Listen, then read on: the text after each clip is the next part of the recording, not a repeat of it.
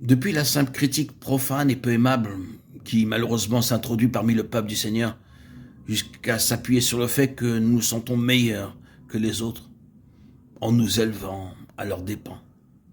Je me demande si notre critique à l'égard des autres n'a pas secrètement ce mobile, ce désir de supériorité, de prendre l'héritage, de prendre le dessus. Oh, cet éternel, ce continuel mais qui exprime toujours une réserve. Vous savez, ils aiment le Seigneur, mais oh, ils sont réellement zélés pour le Seigneur, mais on ne peut dire que du bien d'eux, mais et ce mais paraît plus grand que tout le bien et finit par le saper. Combien parmi nous employons ce mais poussé par un esprit supérieur de jugement et par un orgueil? Je veux dire simplement que trop souvent nous faisons paraître les autres petits afin de nous élever nous-mêmes. Nous essayons de gagner notre supériorité, notre position, notre influence par cette forme d'orgueil qui fait grand tort aux enfants de Dieu. Ce n'est qu'une simple illustration de ce qu'est l'oppression spirituelle. Toutes les exhortations du Nouveau Testament nous influencent dans la direction contraire. Mettre les autres au-dessus de nous-mêmes, les considérer toujours comme meilleurs que nous-mêmes.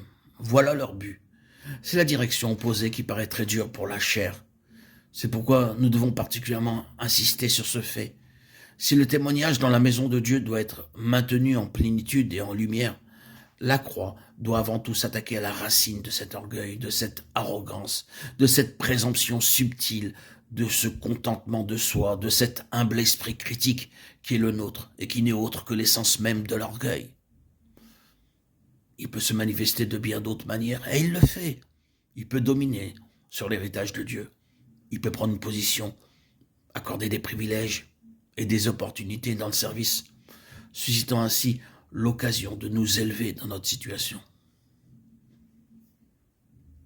Pour m'exprimer en d'autres termes, selon l'enseignement du Nouveau Testament, je dirais que les disciples, avant d'avoir été baptisés du Saint-Esprit, étaient des hommes qui cherchaient sans cesse une occasion de s'élever au-dessus de leurs frères, d'avoir des avantages l'un par rapport à l'autre, et d'occuper la première place. Le Seigneur Jésus devait les enseigner par des paroles sévères. Or, moi, je suis au milieu de vous, comme celui qui sert, Luc 22, 27. Car aussi le Fils de l'homme n'est pas venu pour être servi,